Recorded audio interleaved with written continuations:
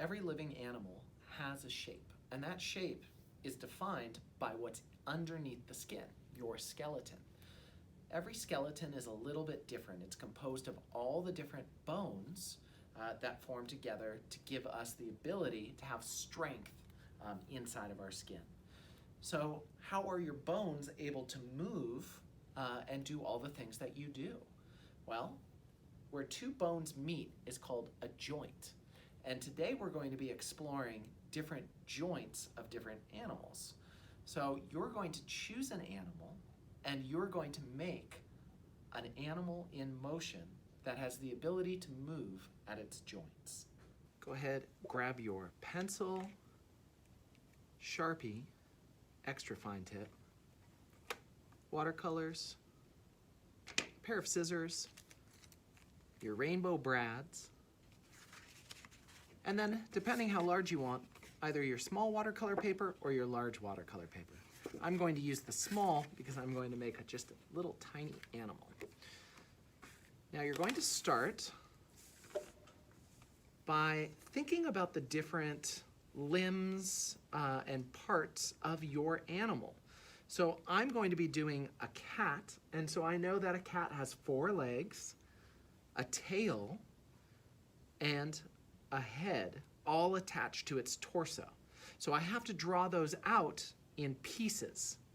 So what I'm going to do is I'm going to think about those pieces, and I'm going to go ahead and draw them and fit them onto my paper. I'll start with pencil and then I'll outline later with Sharpie.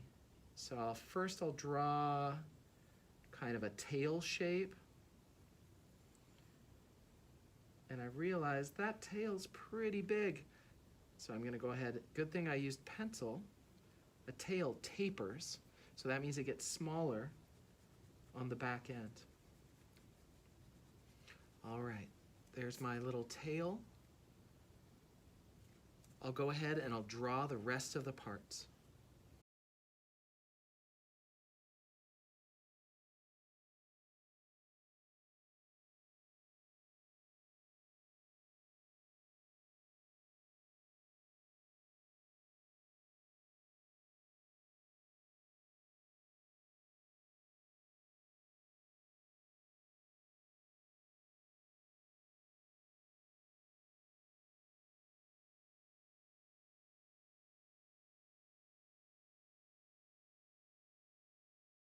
Okay, so now I have all the pieces of my animal all finished up, and I think that, I'll add I added some fun little mittens and socks here for my kitty cat. It's really important that you have your torso. So if you want to put stripes on it, you can. Depending which animal you're doing, if you're doing an elephant, of course you would have a very large round torso. If you have something like an otter, you would have a very, very skinny torso. But the body is going to be really important. Do you see how I put this neck piece here? That's going to help my head attach. And I want to make sure that I have parts to attach. So my legs are going to have to attach to the bottom of this torso. My arms are going to have to attach to the top of this torso. So my arms are going to be coming off of here, and my head is going to attach to this spot. My tail will have to attach down here to the very bottom. So make sure your torso is large enough that you're able to attach all the different appendages or arms and legs to it. Plus, make sure your animal has the right proportion.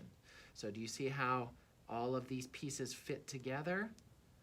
It's going to give me one animal that is about the right proportion, or all the parts look the same size as they should. All right, I'm going to go ahead, I'm going to outline this, and then I'm going to paint it.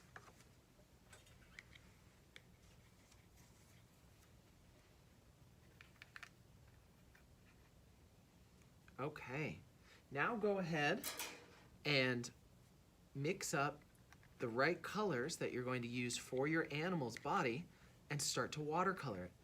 If you wanted to, you could go to see Miss Katie's watercolor video, and there will be some tips and tricks there to help you see how to watercolor all the pieces. You're going to watercolor it while it's on this sheet of paper. That way you can go outside the lines. You can do whatever you need to make sure that you get all your pieces painted in. Go ahead, get them painted in, and then once it dries, use scissors to cut the pieces out. Cut them right up to the line.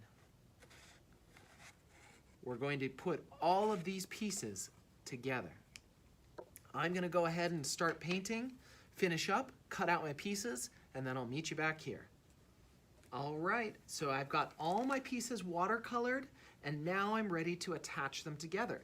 You're going to need a sharp pencil, or your skewer, and your bag of rainbow brads. So this next part is really, really tricky. You could use a safety pin or a tack, but what you need to do is you need to be able to see where are you going to connect your pieces together and form the joints.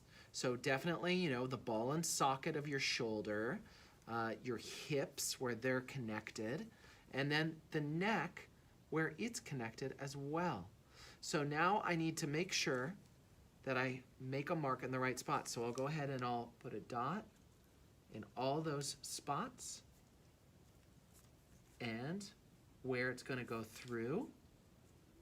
Okay, now use your skewer to poke a hole everywhere where you had a pencil mark. Now, be very, very careful. You just need the tiniest hole. If you have a tack or a safety pin, that would be a good way to poke it with something sharp. Make sure your finger's not underneath. Ow, that would hurt. So make sure you're a little bit off to the side, but still giving it pressure. Poke,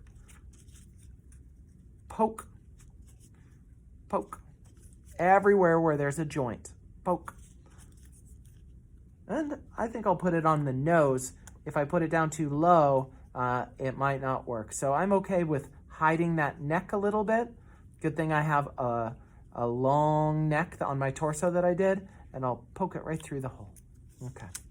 Now, go ahead, use your brads as joints.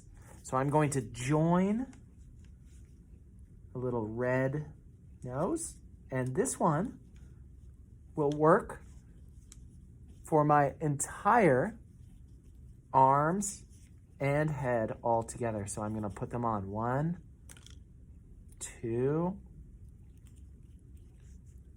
All right, so now I'm ready to put all my pieces together with my brads. I'm going to get something that blends in. This little orange one works really well for my nose. So I'll put it right there on the nose, and then I'll put the head right onto the body, and I'll be very gentle. I don't want to break it open. Okay, it's pretty tight on there. That's good. Now I'll fold the brad's ends so that it's closed, and just like a joint, it can rotate. Okay, now I'll put all the other pieces on.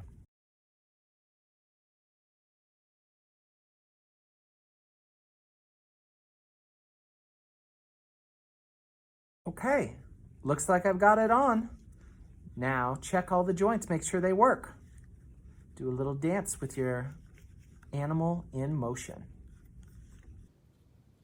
Okay, so now that I've put it together with the brads, all the joints move, and I can even just play with this art piece as much as display it. I love a kinetic artwork that is able to move in different ways. I hope yours turned out really well, and I'll see you next time.